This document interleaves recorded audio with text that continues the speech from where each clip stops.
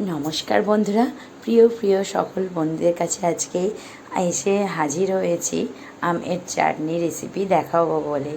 এটা কিন্তু অনুষ্ঠান বাড়িতে একটা হিউজ পরিমাণে যে আমরা চাটনি রেডি করতে হয় তারই কিন্তু সম্পূর্ণ রেসিপি আছে।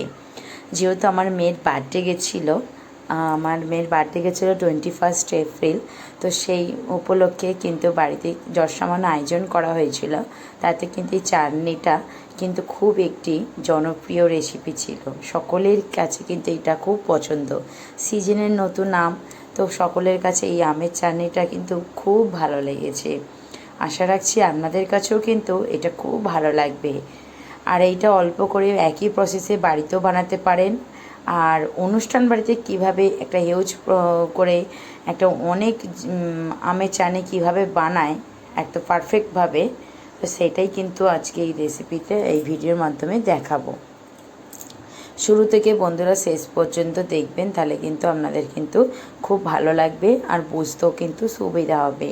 মাঝখান থেকে স্কিপ করে দেখবেন না, তাহলে কিন্তু বুঝতে পারবেন না। আর ছোটোর ওপরই ভিডিও দিয়ে রেখেছি, আশা করি আপনাদের কিন্তু বেশি সময়ও লাগবে না দেখতে। প্রথমে কিন্তু আমের খোলা ভালো করে ছাড়িয়ে নেওয়া হচ্ছে, ভালো করে ছাড়িয়ে নিয়ে দু আধখানা করে নেওয়া হচ্ছে। আর দেখুন আমের আঁটিটাও কিন্তু কুচিটাও কিন্তু একদমই কিন্তু সেরকম হয় না, কারণ এখন যেহেতু নতুন এই উঠছে।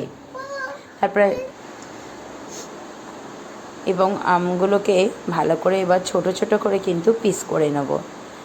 এই যে ছোট ছোট করে দেখুন কত সুন্দর করে কিন্তু পিস করে নিয়েছে। অনুষ্ঠান বাড়িতে যেহেতু তাই একটু বড় বড় করেই পিস রাখা হয়েছে। এক পিস এরকম আম আর একটু জুস দিলেই কিন্তু তাহলে কিন্তু খুব ভালো লাগবে, কিংবা দুটো আম দিলেই কিন্তু হয়ে যাবে। দেখুন আমরা যেমন ঘরেতে করি একটু ছোট করে, তেমন অনুষ্ঠান বাড়িতে কিন্তু যেমন পারফেক্টভাবে করে তেমনই কিন্তু আপনাদের সঙ্গে শেয়ার করছি। এখানে এলাচ, দারচিনি, তারপরে শুকনো লঙ্কা কিন্তু দিয়ে দেওয়া হয়েছে। তার প্রথমে তেল দিতে হয়েছিল, তেলটা গরম হয়ে যেতেই এই গোটা মশলাগুলো কিন্তু দিয়ে দেওয়া হলো।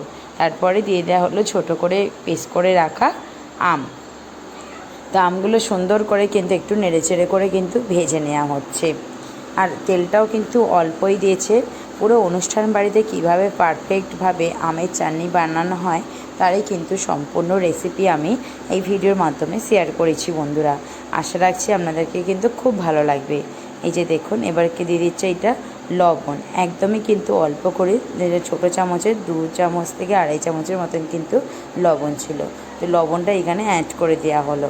আবারও কিছুক্ষণ 2-1 মিনিট নেড়ে নেওয়ার পরেই এখানে দিয়ে দেওয়া হচ্ছে কিন্তু হলুদ গুঁড়ো অল্প করে 1 চা চামচ। দেখতেই পাচ্ছেন এত বড় একটা করে এত লোকের জন্য আমের চাটনি রেসিপি হচ্ছে 1 চামচই, কিন্তু ছোটো চামচের 1 চামচই শুধুমাত্র একটু কালারটা হওয়ার জন্যই ব্যাস হলুদটা দেওয়া হলো। এরপর সামান্য একটুখানি এতে জল অ্যাড করে দেওয়া হবে। খুবই সিম্পল এবং খুবই তাড়াতাড়ি কিন্তু এই চাটনিটা কিন্তু তৈরি হয়ে যায়।